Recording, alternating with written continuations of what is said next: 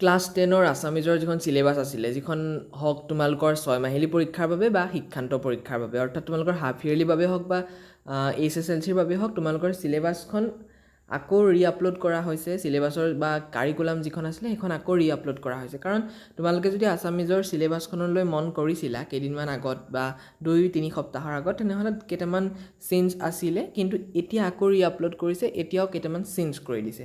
এতিয়া সেই চেঞ্জকেইটা নাজানিলে কিন্তু অসুবিধা হ'ব। এতিয়া কথাবোৰ কেনেকুৱা ধৰণৰ, এতিয়া তোমালোকে 6 মাহিলী পৰীক্ষাৰ তলত যিখিনি টিক আছে সেইখিনিত বুজিব পাৰিছা যে যিটো চেপ্টাৰৰ পোনে পোনে টিক আছে সেই চেপ্টাৰটো আচলতে আহিব হাফ ইয়েৰলি পৰীক্ষাত। এতিয়া উদ্যোগী সমাহাত আছে, মানে উদ্যোগী সমাহাটো হাফ ইয়েৰলিত আহিব। কিন্তু আমাৰ মূল কথাটো হৈছে HSLCত কি আহিব। এতিয়া কথাটো হৈছে কেনেকুৱা ধৰণৰ, কিমান তোমালোকৰ এইখন চিলেবাছ গুৰুত্বপূৰ্ণ মই অকণমান দেৰি পাছত কৈ দিম। চোৱা, ইয়াত চোৱা প্ৰথম তিনিটা যিকেইটা চেপ্টাৰ আছিলে, উদ্যোগী হৈ অহা, ভাৰতীয় সংস্কৃতি আৰু অসমীয়া জনগোষ্ঠীৰ গাঁথনি আৰু সংস্কৃতি, গোটেইকেইটাই আহিব তোমালোকৰ মেট্ৰিক পৰীক্ষাত। যে লাষ্ট যিটো বক্স আছে তাত দি থোৱা আছে।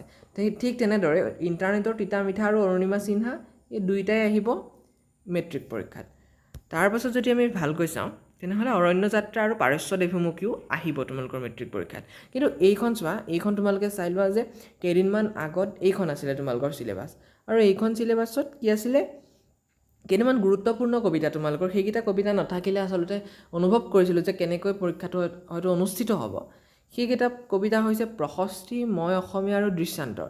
এতিয়া প্ৰশস্তি, মই অসমীয়া আৰু দৃষ্টান্তৰ কি হৈছে, সেইকেইটা কিন্তু মেট্ৰিক পৰীক্ষাত নাহিব বুলি দি থৈছিলে, কিন্তু এটা ৰি-আপলোড কৰা হ'ল তোমালোকৰ বাবে সুবিধা কৰি দিয়া হ'ল যে এইকেইটাও মেট্ৰিক পৰীক্ষাত আহিব। অৰ্থাৎ এই তিনিওটা কবিতা মেট্ৰিক পৰীক্ষাত আহিব, আৰু ঠিক সমান্তৰালভাৱে প্ৰশস্তিটো হাফ ইয়েৰলিটো আহিব, সেইটো দি দিয়া হৈছে। কিন্তু কেইদিনমান আগত এই তিনিটা কবিতাই মেট্ৰিক পৰীক্ষাৰ আছামিজৰ চিলেবাছৰ পৰা আঁতৰাই দিয়া হৈছিল।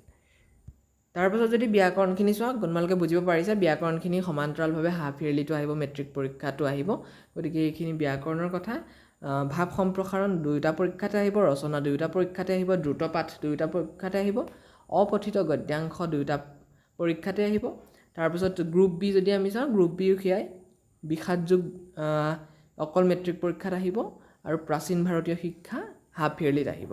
কিন্তু বিষাদ যোগ আৰু প্ৰাচীন ভাৰতীয় শিক্ষা দুয়োটা চেপ্টাৰ কি মেট্ৰিক পৰীক্ষাত আহিব। কানাড়ী চাতুৰী আৰু ধৰ জাৰুধৰ ভাৰ দুয়োটা মেট্ৰিক পৰীক্ষাত আহিব। অৰ্থাৎ তোমালোকৰ আছামিজৰ বুকখনত যি আছে সেইখিনি আহিব মুঠতে, এইবাৰ কোনো কাটি দিয়া নাই। গতিকে আশা কৰিম সকলোৱে যিখন আছামিজ চিলেবাছ আগৰ পৰা চলি আহিছে বা যিখিনি চেপ্টাৰ সকলোৱে পঢ়ি আহিছে, এইবাৰো তোমালোকে লাকি যে পঢ়িবলৈ পাবা।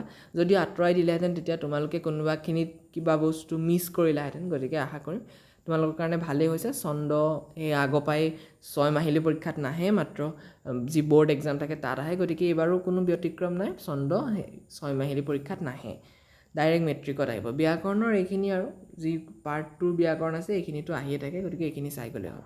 গতিকে আশা কৰিছোঁ এনেধৰণৰ।